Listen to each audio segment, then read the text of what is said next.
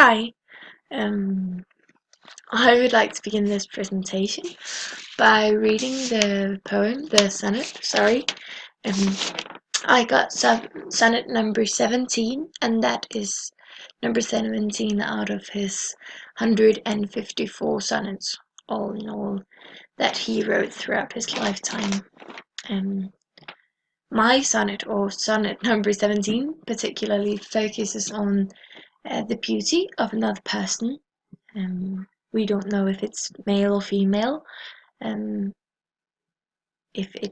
don't think it does have any influence on the poem.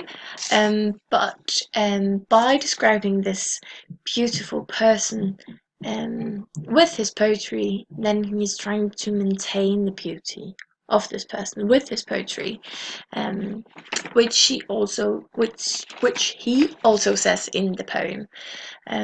Yes, so I would like to read it. Okay, so obviously the letter here, the first letter in each line, is not a part of the poem. It is an indication of the rhyme structure that I am going to comment on later. Okay. Who will believe my verse in time to come, if it were filled with your most high deserts? Though yet heaven knows it is but as a tomb, which hides your life and shows not half your parts. If I could write the beauty of your eyes, and in fresh numbers number all your graces, the age to come would say, this poet lies such heavenly touches ne'er touched earthly faces. So should my papers, yellowed with their age, be scorned like old men of less truth than tongue, and your true rights be termed a poet's rage, and stretched metre of an antique song? But were some child of yours alive that time, you should live twice in it and in.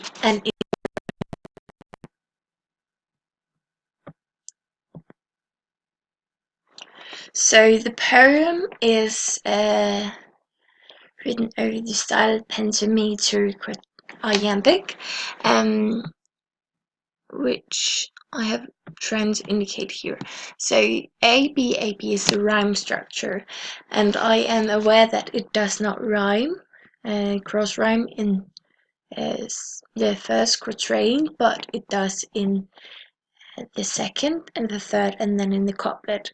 So yes, the pentameter iambic is 3 quatrains, and then the couplet in the end.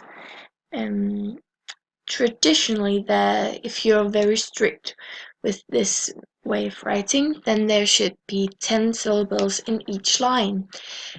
This sonnet is an exception because there is 11 syllables in line 3 and 12 in line 8 here. So he does comment on this in this line 12, where he says that, and if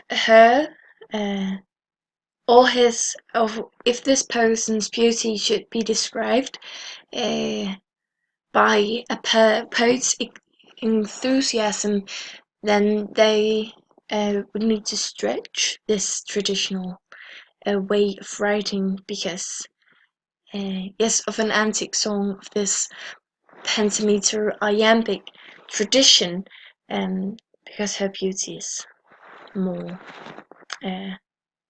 and yes, outstanding in a way that, so he is putting her higher than the person, him or her or him, higher than other persons that has been written about in sonnets. Shakespeare begins the poem with an hyperpole. In modern English, it would sound something like who in the future, like we are the people of the future, and we will not believe that this poem. We would think that he was lying in this poem if he did describe the person as beautiful as she deserved to be described. Um, yes, so that kind of sets the standard for the poem. Um, in the second quatrain, he would like to describe the beauty of her eyes and number all of her graces, uh, and he can't, because then, in the age to come, that would be now, um, then we would think it was a lie. He figuratively describes here that such heavenly touches, and that could be a reference of a painter's brush, that a stroke of a painter's brush uh, would have painted her godlike, uh, to like as an antithesis to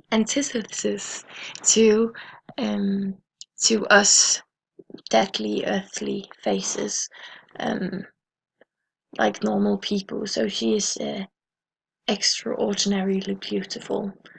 Um, then there is a personification, uh, that my papers, uh, which is his sonnets and his poem, that yes, his sonnets, would age, uh, and then it would be like nonsense, if some old men spoke of this, uh, as a contrast to if he would describe her with a poet's rage. Like, he is so enthusiastic to describe his beauty, and this person's beauty, that he stretched the meter of an antique song, that he stretched the pentameter iambic. Yes, so there is used some figurative language, you can say.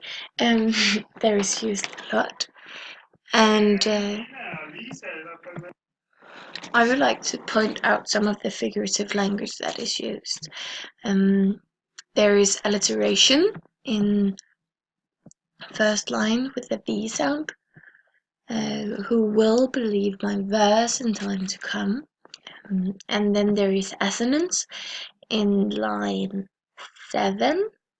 Here, the H2 come would. Oh, I'm sorry. The H2 come would say this poet lies. Again, this is to create a flow, like it is with the rhyme structure. So,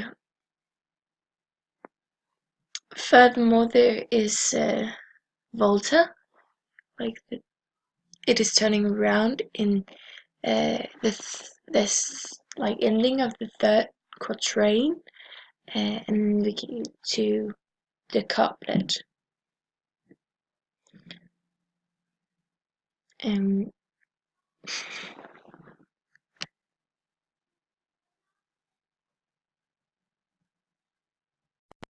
so basically, the meaning with the sonnet is expressed in the couplet, I think. But were some child of yours alive that time, you should live twice, in it and in my rhyme. So the beauty of this person, that could both be a man and a female, um, is